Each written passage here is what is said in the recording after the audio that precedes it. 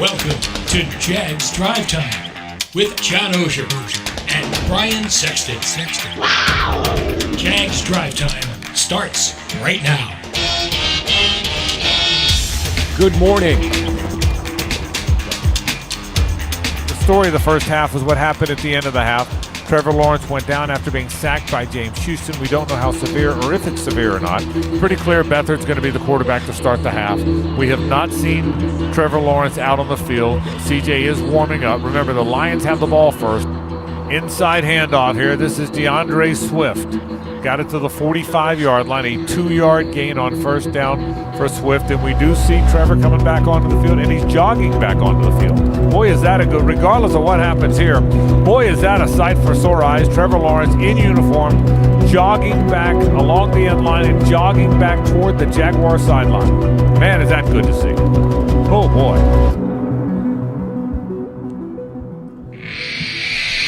Sounds of the game from Ford Field on Sunday. You can find more of that at Jaguars.com. Obviously, it's in Jags Wired, which airs on Wednesday nights on Fox 30. The really good stuff put together by the broadcast production team here at TIAA Bank Field. Good morning. Brian Sexton with you, along with John Oehser. If I had a camera, John, and I could squeeze in there, I would show that you once again have brought your holiday coffee mug in. I think this has become a tradition every year to feature, what does it say? Happy Holidays. Happy Holidays. P-A-W.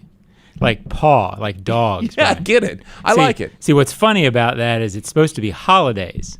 Yeah. But they said holidays. You are an interesting creature of habit, John. I like that about you, that you pull that out 2 weeks before Christmas. See, the joke is... I'm following along. Obviously, what we saw there with Sounds of the Game leads us to the big storyline of the week. So let's jump right into big things. Without further ado, we'll start with Trevor. Is he ready to go? The head coach said yesterday he would be day-to-day. He termed it a sprained toe. We saw some of Trevor around the building yesterday, but he was not on the practice field. And then the question was asked of him finally when he met with the media after practice. What do you think? I'm feeling better today than I was Monday and yesterday. You know, a little bit of the soreness is going down a little bit. Obviously, still sore and kind of taking it day by day, but fortunate for sure. You know, I feel pretty good. And from ready to go to ready to get going again, and Travis Etienne, who had a string of 3 consecutive 100-yard games, and then it was interrupted with the injury, and he has to get going this week. Very difficult challenge in front of him with the Tennessee Titans, who are excellent against the run, but they need to get this ground game going to give balance for the quarterback, whichever quarterback it might be. And finally, we'll roll through to South struggles. The Jaguars, as you know if you follow this team, have struggled in the AFC South for a very long time. In fact, they haven't beaten a team other than the Colts since September 19th of 2019. And the head coach knows, as he's putting the pieces together for this franchise for now and the future, they've got to change that. You know, Tennessee the last couple of seasons has been the team, right? They're the ones that have been kind of carrying the torch, and I think that's the team that we're all kind of chasing. You know, Indy has been kind of in that second spot there, and we're trying to get there. You know, we're trying to build it and hopefully one day be the ones that everybody else is kind of chasing. And, John, let me show you the numbers here from 2017 forward. 2017, obviously. I'm good on that. You know it? Well, maybe you don't know anymore. You're watching at home. So let's show you the Jaguars' record in the division. 10 wins and 24 losses dating back to 2017, which, by the way, was their only AFC South division title since this division was accumulated in 2002. So it's been a long time. They haven't played very well. They've lost 5 in a row to the Titans and 9 in a row to the Texans. This game, as you talked about yesterday, is important for many reasons, but as much as those is the chance to get on the board against a team other than the Colts. Yeah, the numbers are actually not that good. And they're 1-9 against Tennessee in their last 10. They even got swept by them the year they won the South. They've lost every game up there since 2013. So it's I'm not as concerned right now about the rest of the South because I don't feel like there's a thing with the Colts. They clearly can handle the Colts, and I feel like the Texans, once they get this thing going, right, I feel like they're going to start not handling the Texans, but be on even keel. It's not going to be. That doesn't feel like a thing, but going to Nashville late in the season like they have, there's an aura, and I don't know if you'd feel that with another franchise, but you do with this one. And so I think it's very important because this is the team. Again, when the Texans have beaten them, they haven't felt handled. No. They felt like they've tripped over themselves. Yeah. When they've gone up to Nashville, they have gotten handled over and over and over again, with the exception of the 2019 game or the 2020 game early when they kind of came back and almost made that a game. Did make that a game. If you're going to win this division and feel good, guess what, Brian? They got to go every year. Right. They're not going to change that. Yeah. So as they're getting on planes and going out on that field, you would like them to feel better about things when they start competing, which I think they will next year. So in that sense, I think it's huge. If they lose it, I don't think it's a disaster. But if they win it, how much better do you feel if they're walking off that field, getting on that plane? To me, it changes the whole dynamic of how you feel about this team in January if you get this one. It feels so much more important than the others. And that's irrespective of the fact that if they were to beat the Titans on Sunday, then all of a sudden you could start talking about playoff scenarios legitimately again. That doesn't even matter at this point. What matters is the Jaguars find a way to win in a place and against a team that has been inhospitable to them all the way back to 1995 when the Oilers beat the Jaguars in their very first game. It's been that thing. The Oilers have won 33 of the 54 games played between these two teams. And it's really become a thing, though, to me, in the last 5-6 years. There was a time where I thought this thing was a little bit overrated, where if you really look at the records, they had the deal for a couple years in the 90s that was so prominent. Yeah. But then it was sort of even for a long time. They would split. It would be weird games. But then all of a sudden in 13, when they stopped being able to win up there, it's just sort of slid. Swung.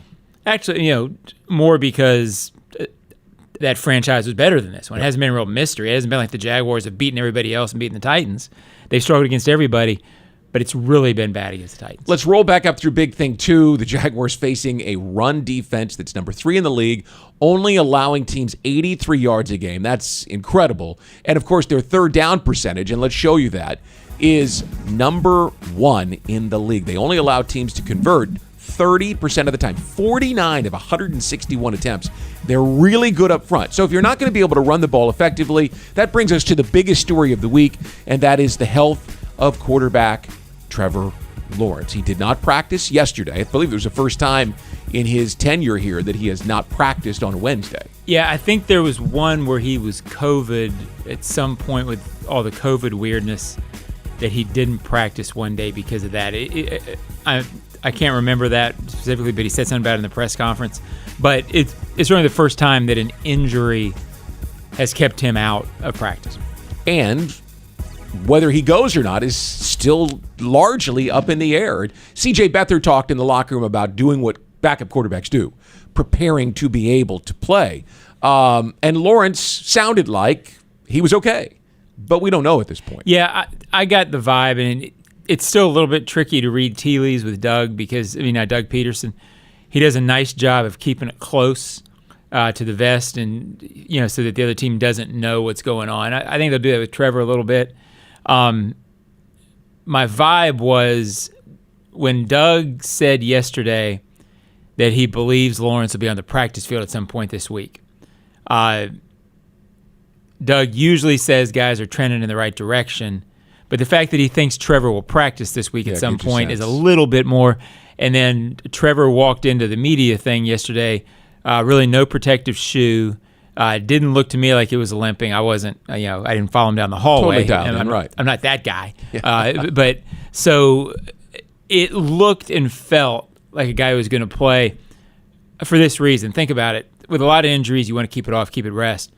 But a toe, even if it's minor, you would think with a toe injury, you really want to give it rest because the more time, then the better he's going to feel on Sunday. So, again, my gut is that he plays. I don't really want to see it if he doesn't up there, because I think how he plays is so key, which we can get to later. But I feel like this is a huge game for this offense, because they have not, I feel like the offense is going to be a strength of the team this year and next year for the foreseeable future, because I think it's going to be tough to build this defense to be dominant quickly. Well, if you're going to depend on your offense, you have to depend on offense against good defenses. Yep. So you'd love to see them start, okay, we're a good offense overall. Now can we go be really good against tough Ds? Because that'll get them over the hump, start winning big games. And we'll find out as we get closer to game day whether or not Trevor Lawrence is able to play in Nashville. We'll take a break. When we come back to TIAA Bank Field on this Thursday morning, we'll go around the locker room and give you a sense of what the fellas are talking about as they get ready for the AFC South matchup against the Titans. Back after this.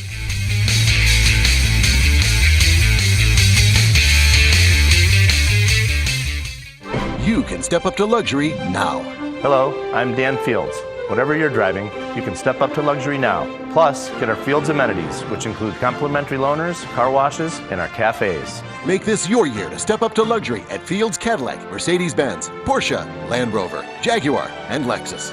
When it comes to the ultimate car buying experience, there's only one name that matters: Fields. And Fields matters because you matter. The Fields Auto Group, proud partners of your Jacksonville Jaguars. Sudeth is on the 20, the 10. Yes, another successful move to a new home. I tell you, folks, I've never seen a team more prepared than the Sudeth crew. With a dominating lead in training, trust, and efficiency, it's no wonder why Sudeth is the official moving company of the Jacksonville Jaguars. For the past 100 years, Sudeth has provided local, long-distance, and international moving services in Jax. Call 904-638-7536 or visit sudeth.com/Jags. A Dream Finder's home is an amazing way to celebrate the holidays. Unwrap your family's future in a new St. Johns County community like Shearwater or Beacon Lake as 2022 comes to a close and 2023 awaits. What could be better than an expertly built, energy-efficient, move-in ready Dream Finder's home to enjoy everything that makes the holiday season merry and bright? How about an interest rate lock special from Dream Finders, which will secure your new home at a big savings? It's the holiday gift that keeps on giving. Happy holidays to all from Dream Finders Homes. Visit dreamfindershomes.com. Well, Fields Auto Group is a proud sponsor of the Jaguars. They invite you to step up to luxury. FieldsAuto.com. Brian Sexton and the senior writer from Jaguars.com, John Oehser, with you here on Jags Drive Time. And time to go around the locker room. What the guys were talking about yesterday as they met with the media post-practice. And we'll start with wide receiver Christian Kirk coming off a 6-catch, 104-yard performance in Detroit. Obviously, he has been ultra-productive this year for quarterback Trevor Lawrence. He was asked, well, what happens if Lawrence isn't the guy on Sunday and if C.J. Beathard has to step in and play? We got a lot of belief in CJ. I personally played against CJ before and, came in and ruined our day for us. He had a great day himself, so I've seen it firsthand, what he can do. Guys in this locker room have a lot of respect for him and a lot of confidence in him, so, we don't expect to, miss a beat, just pick up where we left off from. And I guess that's what they have to say, but we haven't had a chance to see C.J. Beathard since August. And so wondering how functional he will be in a couple of days' practice against a very good Titans team is a lot to ask. Yeah, I think some people expected the camera to pan over and for Christian to just have a tear, which isn't how they feel. Yeah, he's such a pro. Beathard, he didn't play very well this preseason, but he was coming off the groin injury from June. So, to me, when he's played, he's looked like a very serviceable backup. I've always thought in the NFL, if you have a good team, an 11-5-ish team, 11-6-ish team, you want a backup that if they play a month, they can get you 2-2. I feel like CJ, if this team was a 12-5 team, if you had to play a month with him, with a good team around him, he probably gets you a couple of wins and a couple where a big-time quarterback in that situation maybe gets you one more. I think that's the difference. I think he's that guy, which is what you want out of a backup. You're not going to have Mahomes sitting on the bench behind Trevor. No. So this is what it is. Beathard was also in the locker room yesterday talking with the media, as you would expect, just in case he is the starter on Sunday if Trevor Lawrence can't go with the injured toe. And he said just about what you'd expect a solid, veteran, professional backup quarterback to say. The routine doesn't change other than the fact that in practice I'm getting the reps as it was today. But other than that, my process is the same because, as a backup, you're one play away in any situation, any game of the year. So you gotta take the process the same way through. One of my favorite stories of all time, Brian, I don't know if you remember it. Back in the 90s, the Bills had a quarterback, and I forget his name, and it's probably good I forget his name for his sake. But basically, the starter gets hurt. The backup comes in, plays horrible, and in the media afterward, he kind of goes, "Yeah, I wasn't ready. I really didn't prepare." That was J.P. Lossman, I believe. No, it was one circuit with the Bills behind that. But I always kind of said, that's probably what I mean. I'm sure CJ prepares, but I'm sure there are times where the guy goes in and he's like, I really, coach? Yeah, exactly. Uh-oh. So big story this week, obviously, Trevor's toe. The other story, Derrick Henry, who has put up 345 yards and 5 touchdowns the last 2 times he's played the Jaguars. Remember, he did not play in the second game last year because he had the foot injury. So this is the first game last year and the last game in 2020. Henry has been a beast. And Foye Oluokun, the Jaguars' starting inside linebacker, was signed in free agency for games just like this. As a team, 11-man football. We got to fit our gaps. They line up in certain formations. They're going to run the ball. They might play action off of it. When he has the ball, we got to be able to get off our blocks and get to the ball because, he is a very powerful guy, fast guy. We got to be able to plug up the gaps, and if he bounces it, gets to the ball, help everybody tackle. You're talking to people yesterday in Nashville. They have had to find other ways to get Derrick Henry going. And as we heard from Jonathan Hutton in our interview with him, he hasn't gotten going in recent weeks. He still has that ability to run downhill on you, but it's when he gets outside that he's causing more trouble this year for teams. Yeah, it feels like he is still a player that is very, very good. I'm not sure their offensive line is as powerful as it has been in the last I guess before his injury. Roger Saffold's in Buffalo and Taylor Lewan's on IR, so you're right. And what I mean by that is there were times where in the last probably 20 or 19 and 20 when he was really dominant, that the Titans, you would look up and they were running their way back into games being down 14 points, which is really hard and really rare in this league, and it showed you what they are as a franchise. It strikes you that they're not quite that, and that's what they want to be. That being said, he is still very capable if things are going right to completely dominate you. So it's almost like, well, maybe they're running games not as much as it was, but it's a 9 instead of a 10. Well, look, it used to be that he was a first and second down back, and you had to get him on first and second down to put yourself in manageable third down. Well, now he has a career high in both receptions and yardage, and he had that long, narrowly missed the touchdown pass last week. Which shows you they don't have quite as much confidence they can just turn the ball in. I mean, turn around, hand it to him. 100%. So they need to figure out the ways. Yeah, that foot injury has had an impact. And their offensive line, it appears, isn't quite, hey, we're going to do this. And don't worry about trying to disguise it. So they're adapting, and that's the reason they're still 7-5 and in first place. We know them. They're in the division. We know them because they simply are that team that is the same, seemingly year to year. One of the longest tenured Jaguars is defensive lineman DeJuan Smoot, who certainly has a perspective on the neighbors to the north. I mean, we know what they're going to bring to the table.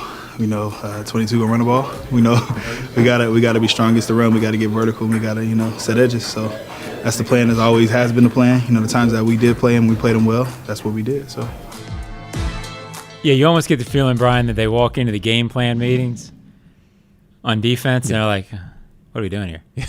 Yeah, right. We know what this is. Yeah, I mean, and obviously there's nuances to it, but you have to stop that guy, and It is one of those rare things, usually in the NFL, when you say, okay, we're going to take something away, you go do it. Well, this guy is good enough where even if you decide to do that, you look up and he's running for 90 yards on you because he's broken a tackle, and you're like, what in the world happened? Well, he's that good. Right. And that happens. They don't have the weapons in the passing game, especially of Treylon Burks, their first-round draft choice, who had the big hit in the end zone last week and was concussed and is in the concussion protocol if he doesn't play, right? They don't have that tight end that's such a huge matchup problem, and they always seem to have had that guy. I would think this should be a week you could put 8 in the box, trusting the guys on the outside to be able to handle one-on-one. And that's saying a lot because we know the secondary has been troublesome this year.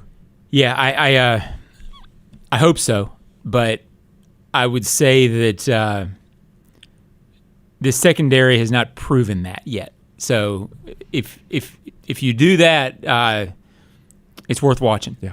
All right. Well, that's our tour around the locker room for you here on a Thursday morning edition of Jags Drive Time. When we return, time for He Will, He Won't, He Might. Back after this.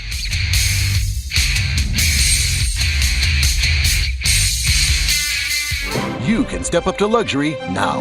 Hello, I'm Dan Fields. Whatever you're driving, you can step up to luxury now. Plus, get our Fields amenities, which include complimentary loaners, car washes, and our cafes. Make this your year to step up to luxury at Fields Cadillac, Mercedes-Benz, Porsche, Land Rover, Jaguar, and Lexus. When it comes to the ultimate car buying experience, there's only one name that matters: Fields. And Fields matters because you matter. The Fields Auto Group, proud partners of your Jacksonville Jaguars.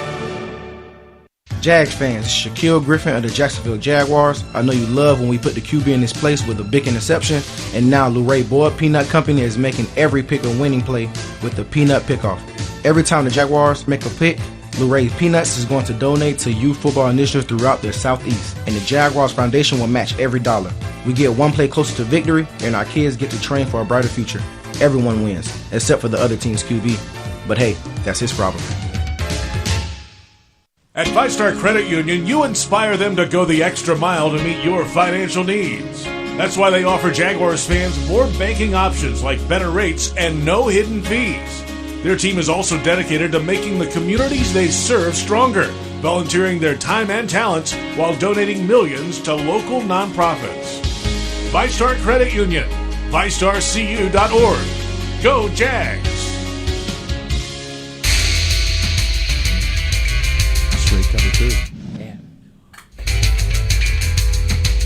Well, Sudeth is Jacksonville's trusted and reliable moving company.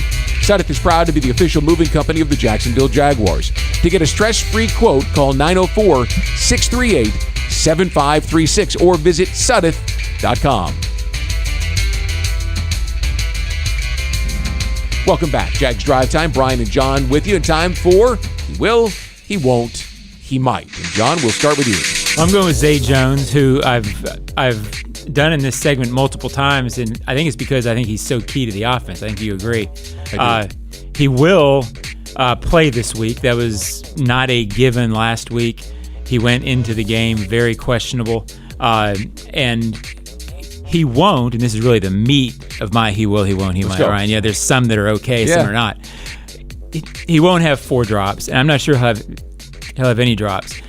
And the reason I say that is, although he didn't really want to go there, I think the chest injury last week had to have been a huge factor in why he played so poorly. I think he's motivated to show that he's not that guy. I'm not sure he has to worry about it that much. I don't think he's ever been that guy, and I don't think he will be that guy.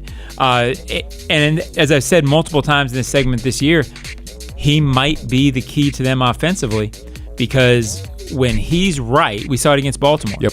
When he's right, he gives you that other element and can open up everything, not only for Christian Kirk, who seems to not really need somebody to open it up for him. He's pretty consistent.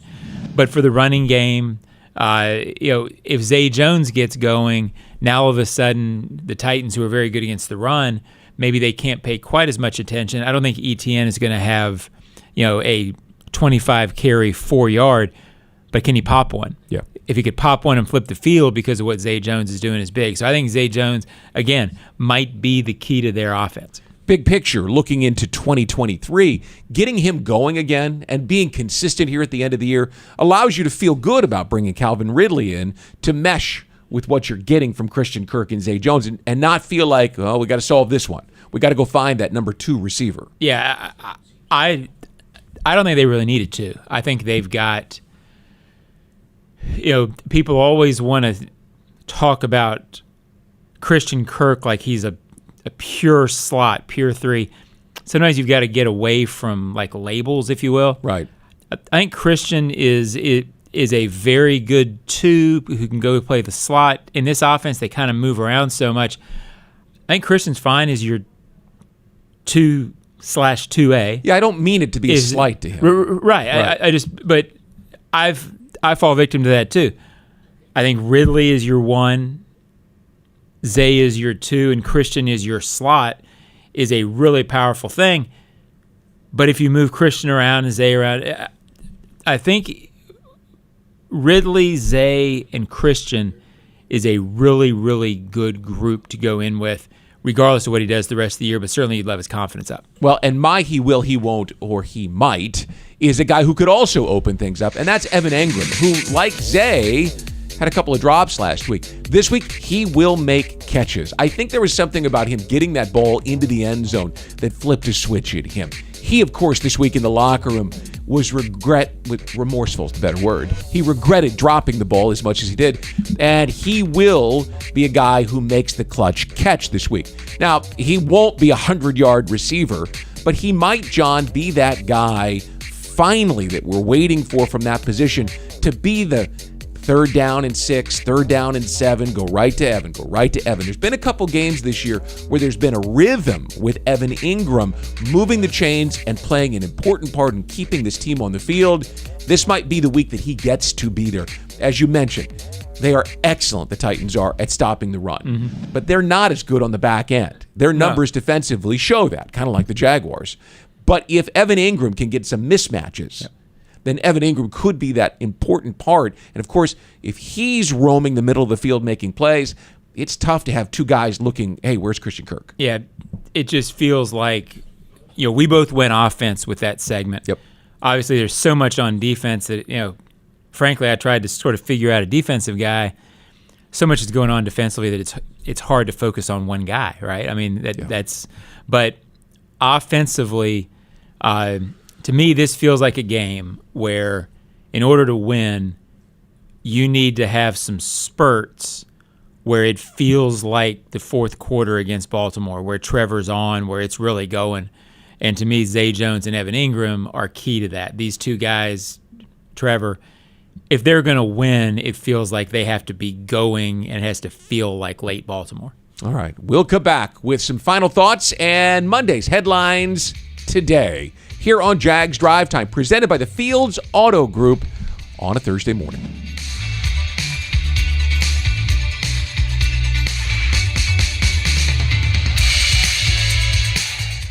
You can step up to luxury now. Hello, I'm Dan Fields. Whatever you're driving, you can step up to luxury now. Plus, get our Fields amenities, which include complimentary loaners, car washes, and our cafes. Make this your year to step up to luxury at Fields Cadillac, Mercedes-Benz, Porsche, Land Rover, Jaguar, and Lexus. When it comes to the ultimate car buying experience, there's only one name that matters: Fields. And Fields matters because you matter. The Fields Auto Group, proud partners of your Jacksonville Jaguars. This holiday season, unwrap a brand new Dreamfinders home. You'll enjoy everything that makes the holidays merry and bright with family and friends in an expertly built, energy-efficient Dreamfinders home. What could be better than calling one of St. Johns County's magnificent communities such as Shearwater, Beacon Lake, or Silverleaf home as 2022 comes to a close and an exciting new year begins. Plus, with an interest rate lock special from Dreamfinders Homes, the timing is perfect to be in a gorgeous move-in ready home. Happy holidays to all from Dreamfinders Homes. Visit dreamfindershomes.com. Frank Frangie here. When you want barbecue in Jacksonville, you want Bono's Pit Barbecue. You can find Bono's locations all around town and on game day at TIAA Bank Field because Bono's is the official barbecue of the Jacksonville Jaguars. Bono's is currently expanding its brand with franchise opportunities throughout the Southeast and beyond. Over 70 years of authentic Southern pit barbecue and owning your own business are a great combo. Go to bonosbarbq.com to learn more or call 904-880-8310 today. And remember, if you don't see a pit, it ain't legit. All right, we're back to wrap up our final show of the week. Brian and John with you here from TIAA Bank Field. And Monday's headlines today. I got a sense where this is going, but what do you say? Well, on the keyboard, you have to hit Shift to do like hashtag, exclamation point, asterisk. You know how you have to, like a curse word? Yeah. I'm afraid that's what it's going to be. Okay. Meaning not blowout. I have a feeling they play better against Tennessee. I'd be surprised if it's one of those slide games where you just feel like it's all going against them. But I just don't know if up there Titans have a chance to clinch. I think it's a big ask for a defense that is really struggling right now to completely shut them down. So I'm going to go with big back blues. And not that Derrick Henry's going to run wild and embarrass this defense, but I could see the headline above the photo of him with his shoulder down driving into the end zone. He has owned the Jaguars, especially up there. I think the Jaguars can corral him because I haven't seen the same Derrick Henry. And, of course, big backs start to lose that effectiveness the more banging they've got going on in their game. But I still think he's the difference, that guy that wins, that takes the team, puts it on his back, and gets it in for the game-winning touchdown. I think it'll be close. I think you might even say, okay. Right. After so many bad days at Nissan Stadium, finally a day where you leave with your head held high. But with a defense that couldn't get the Lions off the field, I just don't know how you pick this team. And again, I'm looking forward to this one because it's a winnable game. Yeah, it's winnable. And again, I keep going back to, at some point this franchise is going to get one. And Baltimore was one of them. We forget that because they had the one-off last week. I think it's a one-off. But Baltimore was one of them where you walked off saying, okay, they beat a team that's pretty impressive. Yep. This would feel like that with division ramifications. All right. Well, let's see if we can get it done. Thanks so much, John. Appreciate it.